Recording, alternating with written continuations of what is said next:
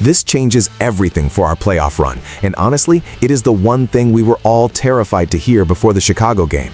We did not see this coming, but the latest medical report just dropped, and it is going to dictate whether we survive this weekend or go home early.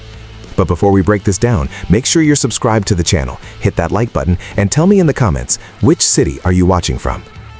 I have spent all morning looking at the practice reports, and the word coming out of the facility is finally official. Matthew Stafford is good to go. I know we saw the reports about that sprained right index finger on his throwing hand, and let's be real, that is the worst possible spot for an injury for a quarterback who relies on touch and high-velocity throws. If you can't grip the laces properly, the ball sails, and against a Chicago team coached by Ben Johnson, you cannot afford turnovers.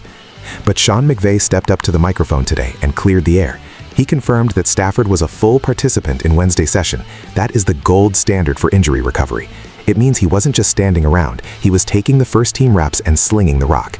We need him at his absolute best because the divisional round is where the margin for error disappears. Stafford has that championship DNA, and seeing him without limitations is a massive sigh of relief for the entire city of Los Angeles. He is the engine that drives this offense, and his connection with the young receivers is what makes us dangerous. The finger might be taped up, but if McVay says he's a full go, we have to believe the veteran is ready to lock in. But if you think that's wild, wait until you hear what's happening with our defense. While the offense is breathing a sigh of relief, the defensive side of the ball just took a hit that I honestly didn't think we could afford at this stage of the season. The official news is out, and it is a tough one to stomach for the secondary. Akello Witherspoon is being placed on injured reserve. This means his season is officially over. He will not be out there for the divisional round or any game beyond that.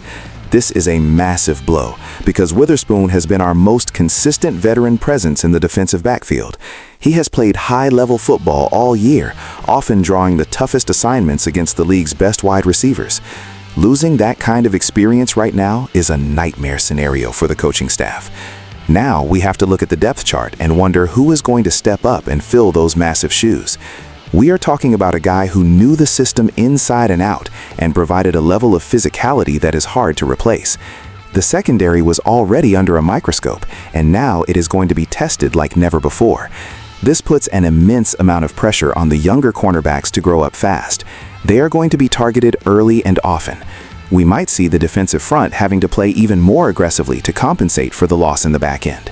If we can't get pressure on the quarterback, our depleted secondary might be in for a long afternoon. It is a classic next man up situation, but let's not pretend this doesn't change the dynamic of the game. I want to hear from you guys. How worried are you about the secondary now? It is going to be a battle of wills, and we need the coaching staff to work some serious magic to keep this playoff run alive.